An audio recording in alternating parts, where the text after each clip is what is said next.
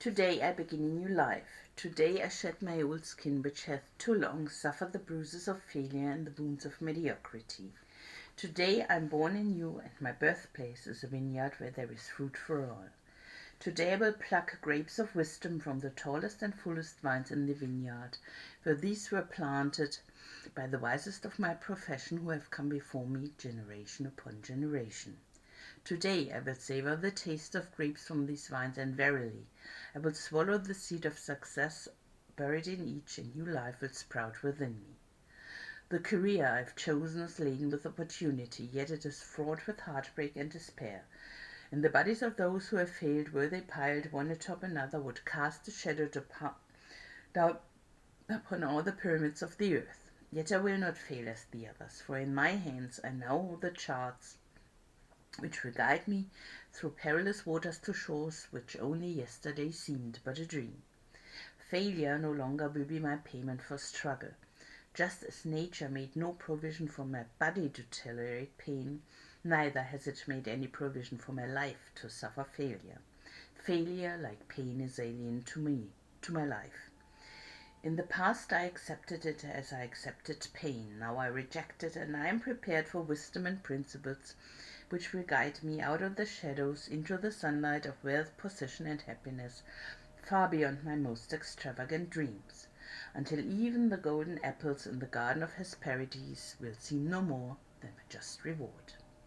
Time teaches all things to him who lives forever, but I have not the luxury of eternity. Yet within my allotted time I must practice the art of patience, for nature acts never in haste.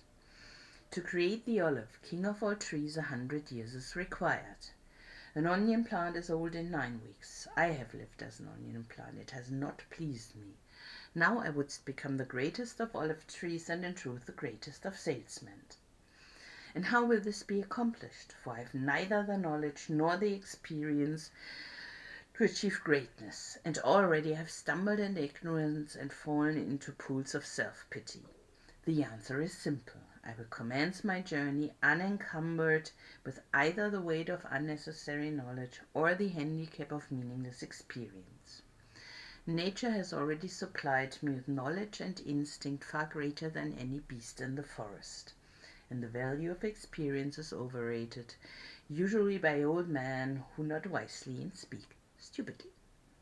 In truth, experience teaches thoroughly, yet her course of instruction devours men's years. So the value of her lessons diminishes with the time necessary to acquire her special wisdom. The end finds it wasted on dead men. Furthermore, experience is comparable to fashion. An action that proved successful today will be unworkable and impractical tomorrow. Only principles endure, and these I now possess, for the laws that will lead me to greatness are contained in the words of these scrolls. What they will teach me is more to prevent failure than to gain success, for what is success other than a state of mind? Which two, among 1,000 wise men, will define success in the same words? Yet failure is always described but one way. Failure is man's inability to reach his goals in life, whatever they may be. In truth, the only difference between those who have failed and those who have succeeded lies in the difference of their habits. Good habits are the key to all success. Bad habits are the unlocked door to failure. Thus the first law I will obey, which precedeth all others, is, I will form good habits and become their slave. As a child, I was slave to my impulses. Now I am slave to my habits, as are all grown men. I have surrendered my free will to the years of accumulated habits, and the past deeds of my life have already marked out a path which threatens to imprison my future. My actions are ruled by appetite, passion, prejudice, greed, love, fear, environment, habit, and the worst of these tyrants is habit. Therefore, if I must be a slave to habit, let me be a slave to good habits. My bad habits must be destroyed and new furrows prepared for good seed. I will form good habits and become their slave. And how will I accomplish this difficult feat? Through these scrolls it will be done.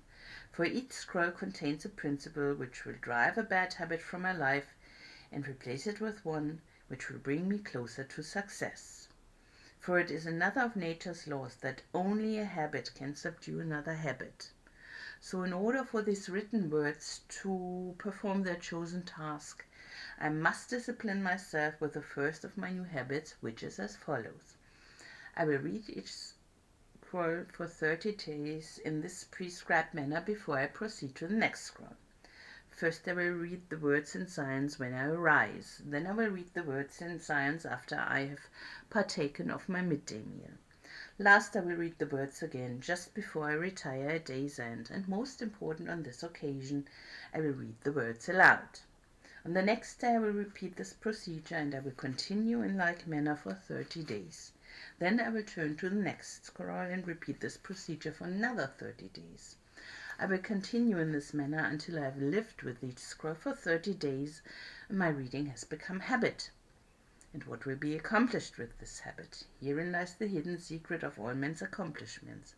As I repeat the words daily, they will soon become a part of my active mind, but more important, they will also seep into my other mind, that mysterious source which never sleeps, which creates my dreams and often makes me act in ways I do not comprehend.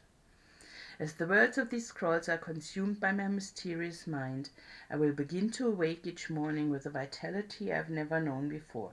My vigor will increase, my enthusiasm will rise, my desire to meet the world will overcome every fear I once knew at sunrise, and I will be happier than I ever believed it possible to be in this world of strife and sorrow.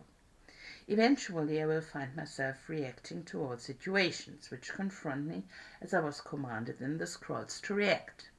And soon these actions and reactions will become easy to perform, for any act with practice becomes easy.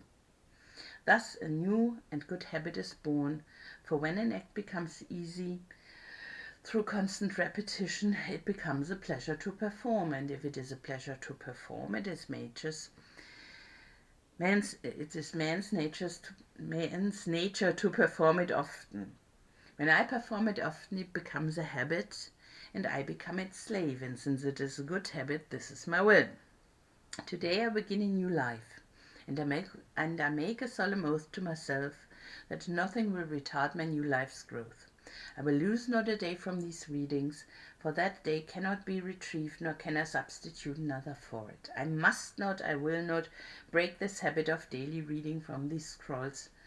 And in truth, the few moments spent each day on this new habit are but a small price to pay for the happiness and success that will be mine. As I read and reread the words in the scrolls to follow, never will I allow the brevity of each scroll nor the simplicity of its words to cause me to treat the scroll's message lightly. Thousands of grapes are pressed to fill one jar with wine, and the grape skin and pulp are tossed to the birds. So it is with these grapes of wisdom from the ages. Much has been filtered and tossed to the wind. Only the pure truth lies distilled in the words to come.